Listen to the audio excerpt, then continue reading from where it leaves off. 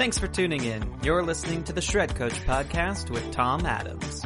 On this episode, Tom talks with Dave Bixler of Veteran Shredding. Dave shares with Tom how from the very beginning he focused on local shredding in his immediate backyard and has maintained that approach for the last 11 years. Keep listening and you'll hear why his local approach has provided incredibly strong return on that strategy. Dave Bixler, welcome to the Shred Coach podcast. We're glad you're here. Thanks for having me, Tom. I appreciate it. Look forward to talking to you. Yeah, so let's set the context. Give me some big picture details about Veteran Shredding. Tell me a little bit about the history, the story.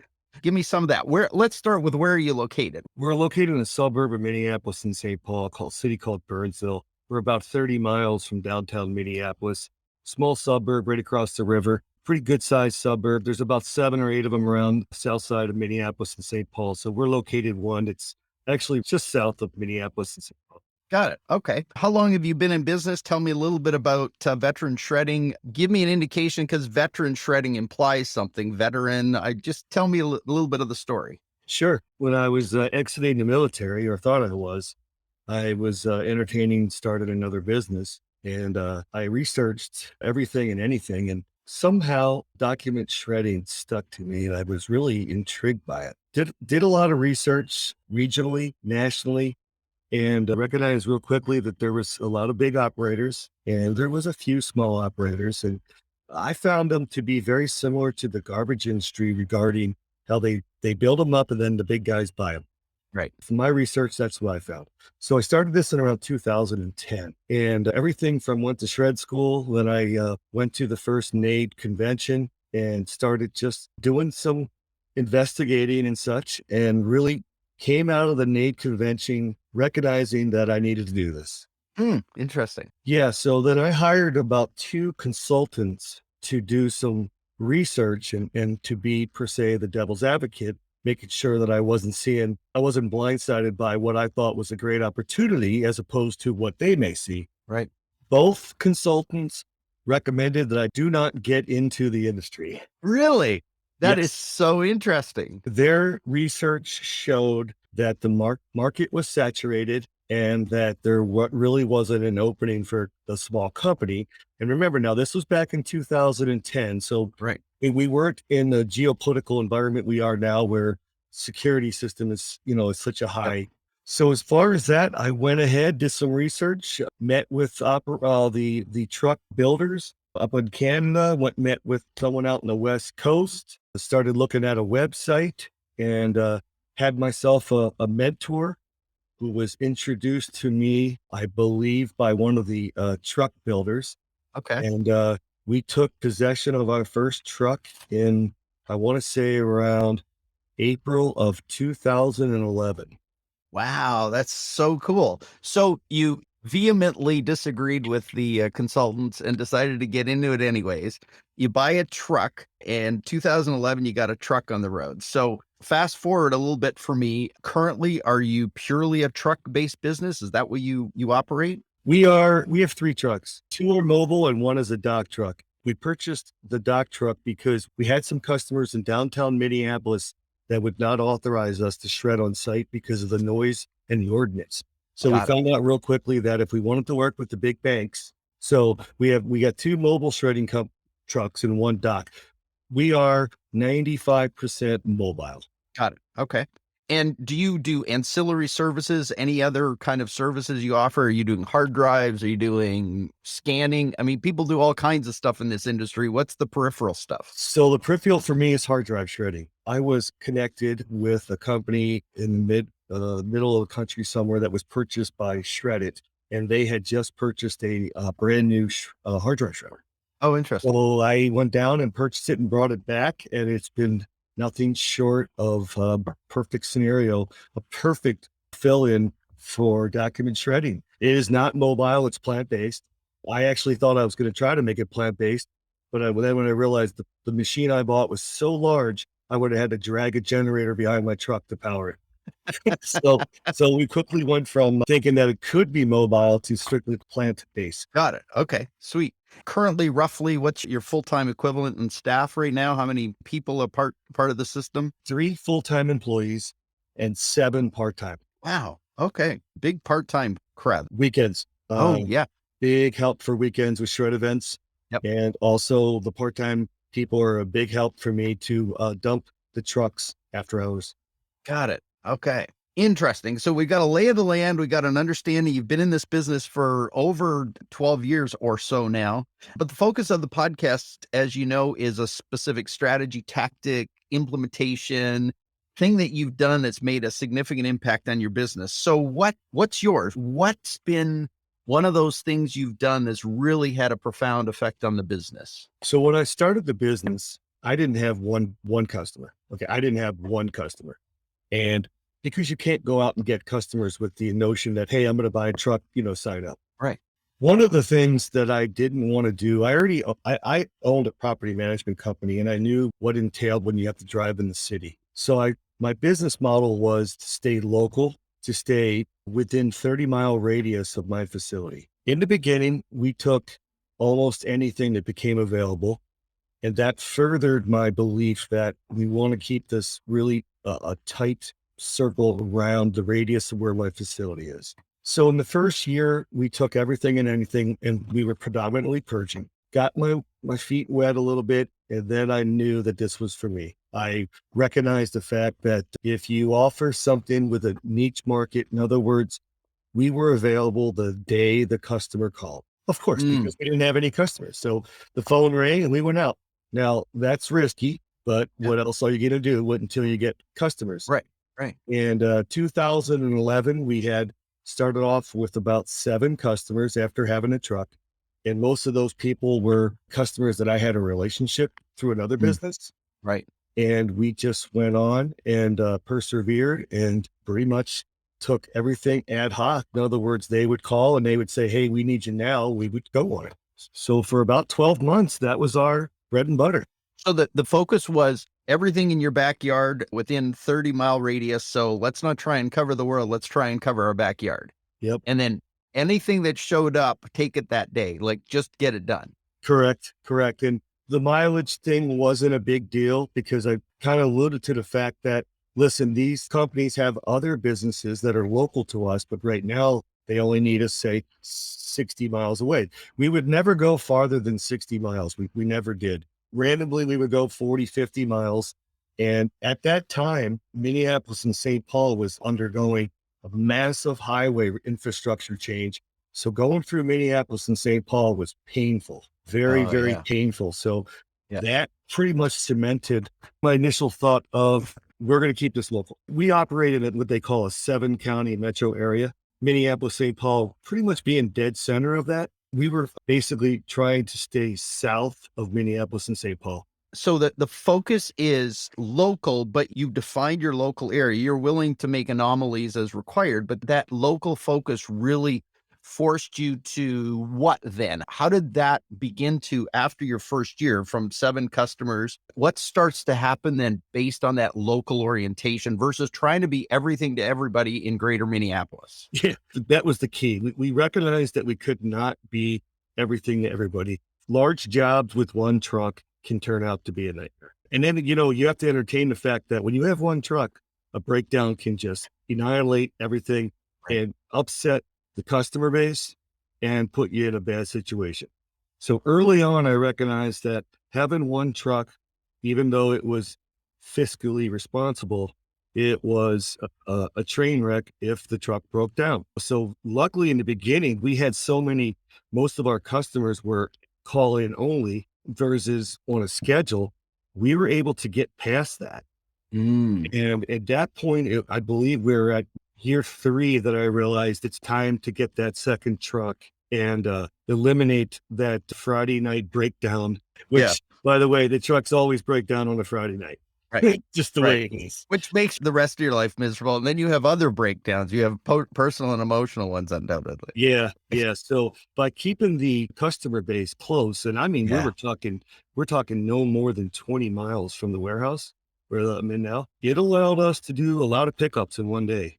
I bet. Historically in this business, it's been about density, but so many people I find when I see and observe them, they've got 16-hour routes that are going out to the middle of nowhere. And your whole focus right off the bat was stay local, stay consistent, stay responsive, and it's proven something for you, obviously. So as you've grown, so you're now into 12 years or so, has that local focus remained part of the system? Have you kept that spirit?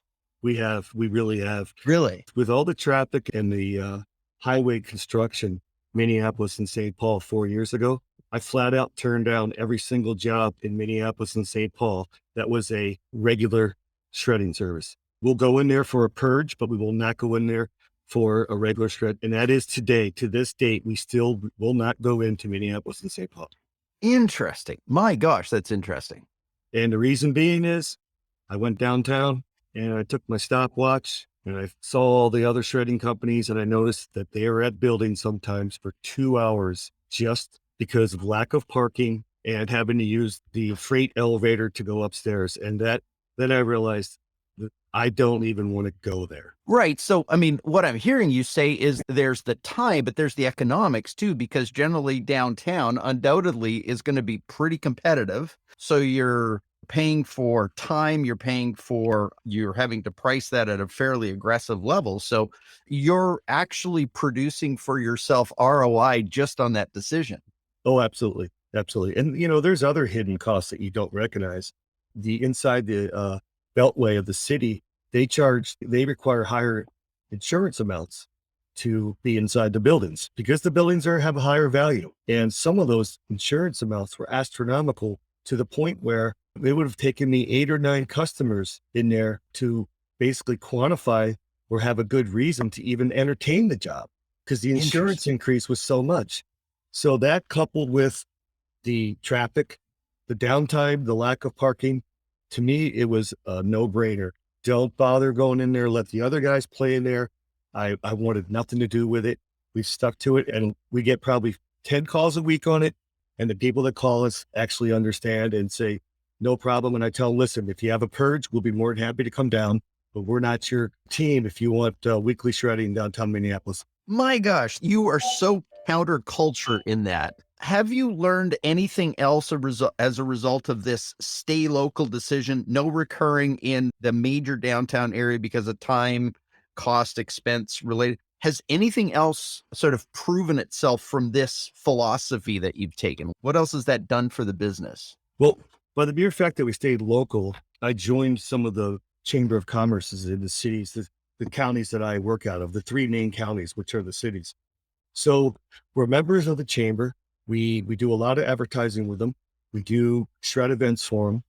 And the fact that we now can label ourselves as locally owned and operated, it's true. We're locally owned and operated. And people tend to like to do business with companies that are in the same chamber or in a very close local area. It's just they know that the trucks are here and they can, so we have found that it builds a better relationship with our customer base. They're from the city, same city. We're in the same city. We're not that large of a city, but it worked out really well. And we're members of 2 chambers and they're fairly large. And I would say more than half of our customer base is from those 2 chambers. It just, then when we go to the meetings, we go to the monthly meetings they have, it gives me a chance to thank the customers and shake some hands and get to know more local businesses. Yeah, that's really interesting because when people think about local, especially when you're in proximity to a large city, it's very easy to assume that the big city is your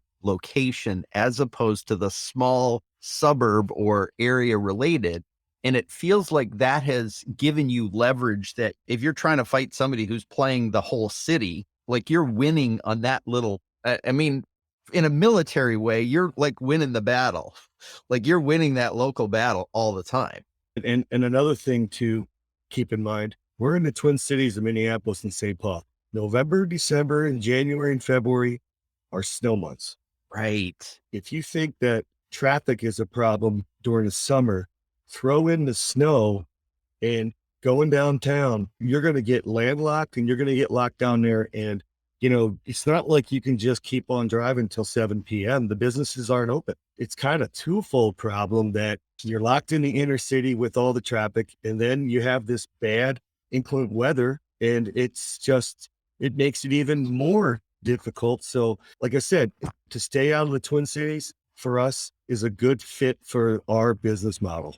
Yeah. So interesting. If you're talking to another shred operator, somebody who runs their business and they're in a smaller market, what would you say to them? They're in a smaller market like you, related to this larger one. What would you encourage them? What would your advice be? Be patient. If you're in this for the long run, be patient and be cautious of taking the immediate, customer that might be farther than you really want to go. And what happens then is if you do take those customers, let's just use a number of 80 miles and you take them to get them, then all of a sudden your local customers come in. Now, every time you're driving out there, you're losing money because Yeah. your truck's on the road, 80 miles out and 80 miles back. Obviously, we all know about today with the fuel prices, right? It's even that much worse now that you're not only are you losing time, but now you're paying a lot more money because of the Right. high cost of diesel fuel. Yep. Yeah.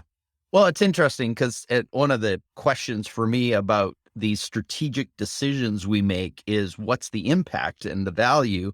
And I'm trying to process that in my head. And I go, well, probably just in the last 6 months, the sheer savings that you've made by being a locally focused company just on fuel, let alone driver time and all of that kind of stuff. Just being local has probably saved you thousands of dollars. It has. It really has. I can tell you that the earlier years when we were doing those longer runs, I keep track, obviously we keep track of all our fuel costs. And we've not only brought our fuel costs down, but now they're consistent.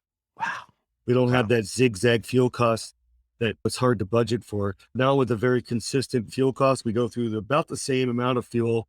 Obviously now with the cost, it's more money, but let's hope that's temporary. And if it isn't, it'll Right. still be consistent at least. It's just Yeah. going to be more expensive. Yeah. So anyone that knows when you run at a business, consistency is nice for budgeting and forecasting. Right. No, that's really good. So I love this. I think it's such a cool idea, and it seems so counterculture in a way, because there's this thing about get big, go everywhere. And yet what you've done is carved out a really cool niche, I think, in terms of saying, let's be local, let's be the dominant local force, which also impacts your value proposition in terms of just profits in the business, which is pretty powerful. Do you have any other value propositions to add to this perspective? Our motto from the very beginning was stay local and offer the absolute best service you can with a guaranteed satisfaction. A lot of companies won't do that. The big ones can't do that. Our motto is if you're not happy with our service, you don't pay. And I'm proud to say that that's happened less than 5 times in 11 years. It's so difficult when you're doing purges. It's Yep. so difficult when people want a window of 1 hour. That's not practical. It's Right. really not practical. And what we see a lot of is the customer that says, I have 100 boxes. We block them out for 45 minutes and they have 500 boxes. Right. So we have 2 options. We can upset the customer that has more boxes than they have and tell them we have to leave at a certain time, or we upset the second customer who's expecting us in the window that we promised them. It's a dilemma that you got to try to win and make a contact call right then and there and decide what you can do to keep everyone happy. But that's our biggest dilemma. But the fact that we're keeping it local makes it a little bit easier because we don't have that 1 hour drive from customer 1 to 2 and 3. Right. No, it's so good. So good. Love it. Love it. Well, thank you. That's really helpful. It's a helpful perspective, and I appreciate you sharing it so eloquently, because it really helps to make sense for anyone else trying to get in the business, trying to start up in competitive markets. It's big fish, small pond. I love the concept. So really cool. I got a completely random question for you. Okay. What's a jet yard and what's the solution? I was digging into your LinkedIn account and man, jet yards and solutions. So what the heck is that about? So when I was in the military at the end of my career, I was doing aircraft disassembly and part outs and such. When I retired, a friend of mine started a company and I worked with them, and I didn't expect to be there very long. Well, I've been there now for 8 years. And what we do is we work with the aircraft boneyards down in Arizona. We have 2 of them. And we basically take care of aircraft that we call end of life solutions. Wow. So with aircraft, Tom, just like your car, when it's at its end of its life, some people may part it out and sell the engine and the seats, right? That is paramount in aviation. The parts are worth hundreds of times more than the aircraft. They pay us to part the airplane apart, and then we recycle the aircraft, and then we call it end-of-life solutions. Interesting. So a jet yard is kind of where the plane goes to die, but the solution is you pull it all apart. You got it. And so not only are you in the shredding business, you're in the pulling apart old airplane business. And you know what the best funny thing about it is? At the end of the life cycle, the aircraft gets shredded. Really? And it's all about recyclability, just like it is with paper. We try to recycle everything on the hard drives. We try to recycle all the paper using the proper methods, using the NAID certification locations. We have a similar certification in the aviation world where it's about trying to be as green as possible, to never put anything that doesn't require to go into a landfill. That's the bottom line right there. So interesting. One of the things that just blows me away about talking to people in our world is behind the shredding operation, there's lots of other interesting things. I've never met anyone else in the jet yard solutions business, so that's really cool. Dave Bixler, it's been an absolute pleasure. Thank you for sharing your wisdom, your experience, and giving us this really cool insight today, and really nice talking to you. I appreciate it. Thank you, sir. It's always a pleasure, and I hope to run into you again sometime soon. Thanks again for listening to the Shred Coach podcast with Tom Adams. Make sure to tune in every week for a brand new $10,000 strategy or idea from trusted shredding and business professionals.